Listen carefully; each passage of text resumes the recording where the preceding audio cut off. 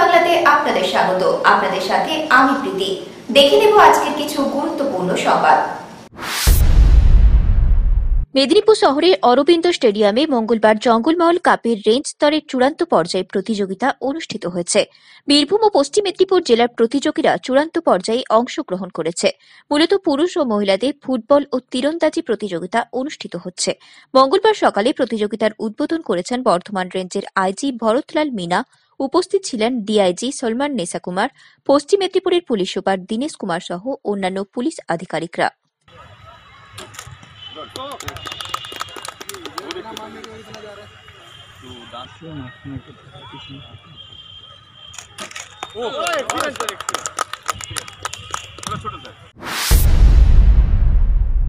মঙ্গলবার উলুবেড়িয়া ৬ নম্বর মণ্ডল সভাপতি শ্রী মলয় ঘড়ুই এবং শ্রী দেবেন্দ্রনাথ ধারার নেতৃত্বে বিজেপির পার্টি কার্যালয়ের উদ্বোধন করলেন বিজেপি রাজ্য সহসভাপতি শ্রী রাজকমল পাঠক, হাওড়া গ্রামীণ জেলা সভাপতি শ্রী প্রত্যুষ মণ্ডল, প্রাক্তন জেলা সভাপতি শ্রী শিবশঙ্কর বেজ, রাজ্য নেতা শ্রী গৌতম রায়, শ্রমিক ইউনিয়নের সভাপতি শ্রী তপন মণ্ডল, সুজয় চক্রবর্তী, যুবনেতা ঝন্টু জানা সহ বিশিষ্ট নেতৃবৃন্দ। এখন মানুষ অত বোকা নয়। দুয়ারে দুয়ারে যে সরকার বলছে, জনগণ তো সরে গেছে মমতা বন্দ্যোপাধ্যায় কাছ থেকে, তাই দুয়ারে দুয়ারে সরকারটা এখন জমের দুয়ারে সরকার হয়ে গেছে। আর যেসব প্রকল্প উনি নিয়ে যাচ্ছেন, উনি তো বলছেন স্বাস্থ্য সাথী দেবেন, সেটা তো আগেই আমাদের আগেই সেই প্রকল্প ছিল, সেটা উনি চলতে দেননি। আজকে উনি দুয়ারে দুয়ারে গিয়ে বলছেন স্বাস্থ্য সাথী করো, অন্যান্য সাথী করো, এমন সব বলছেন। মনে হচ্ছে জীবন সাথীটাও বোধহয় মমতা বন্দ্যোপাধ্যায় আগামী দিনে দিয়ে দেবে। সমস্ত এলাকাবাসীকে বলবো তৃণমূলে একের পর এক পতন হচ্ছে।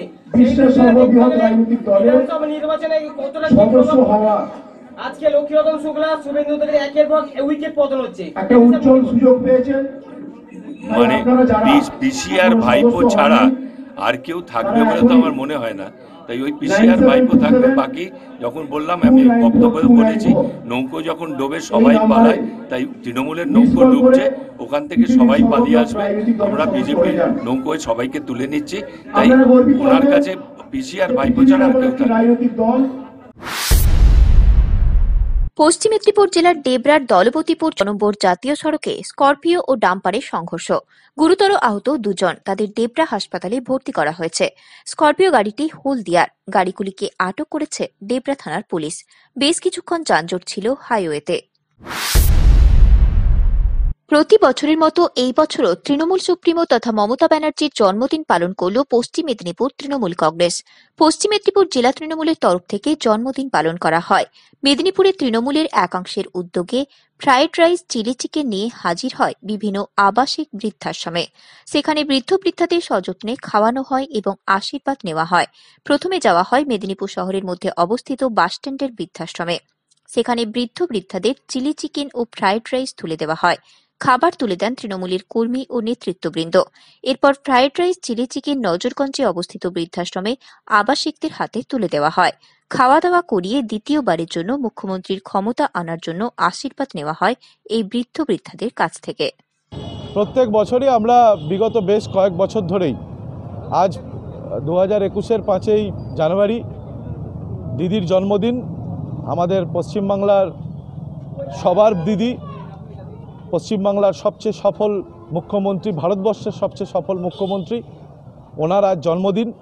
তাই প্রত্যেকবারের মতো এবারও আমরা আমাদের এই বাসস্ট্যান্ডে শেল্টার ফর আরবান হোমলেসে যারা থাকেন, যাদের নিজের বাড়ি নেই, তাদেরকে আমরা কিছু খাবার তুলে দেওয়ার জন্য এসেছি। এখান থেকে আমরা নজরগঞ্জে যে ওল্ড এজ হোম আছে, সেখানেও সেই সমস্ত বৃদ্ধ মানুষদের কাছে আমরা কিছু খাবার দিদির জন্মদিনে তাদের হাতে তুলে দিচ্ছি এবং তাদেরকে আমরা হাত জড়ো করে অনুরোধ করছি যে যেন তারা এখান থেকেই দিদিকে আশীর্বাদ করেন, দিদির দীর্ঘায়ু কামনা করেন।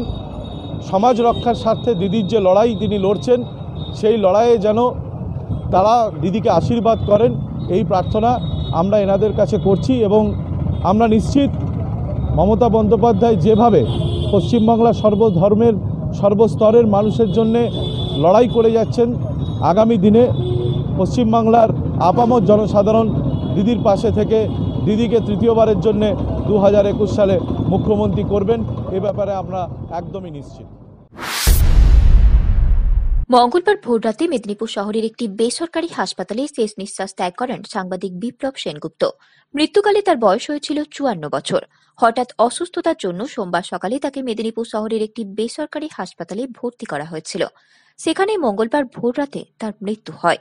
তিনি মেদিনীপুর শহর থেকে প্রকাশিত দৈনিক বিপ্লবী সব্যসাচী পত্রিকা সহ বিভিন্ন পত্রিকায় সাংবাদিক হিসেবে লিখতেন। তার মৃত্যুতে মেদিনীপুর শহরে শোকের ছায়া নেমে আসে। তার বাসভবনে গিয়ে তার মরদেহে ফুলের মালা দিয়ে শ্রদ্ধা জানান সাংবাদিক সৌম্য বন্দ্যোপাধ্যায়, কিংসুক আইচ, মোহাম্মদ আসিফ, পার্থ খাঁড়া সহ অন্যান্য সাংবাদিকগণ।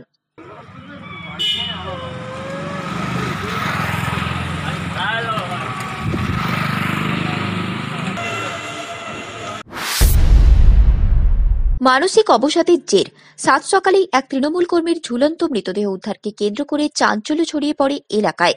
চাঞ্চল্যকর এই ঘটনাটি ঘটেছে পশ্চিম মেদিনীপুর জেলার শালবনীর মণ্ডলকুপির কলতলা এলাকায়। মৃত ওই তৃণমূল কর্মীর নাম মলয় সিংহ। স্থানীয় ও পুলিশ সূত্রে জানা গিয়েছে, এই দিন সকালে নিজের বাড়ির অদূরেই এক বাঁশ গাছে ঝুলন্ত অবস্থায় দেখতে পায় স্থানীয় বাসিন্দারা। তারাই পুলিশে খবর দিলে শালবনী থানার পুলিশ ঘটনাস্থলে গিয়ে মৃতদেহ উদ্ধার করে ময়নাতদন্তের জন্য পাঠায়। সংবাদ এখনকার মতো এই পর্যন্তই। সঙ্গে থাকুন, দেখতে থাকুন সময় বাংলা।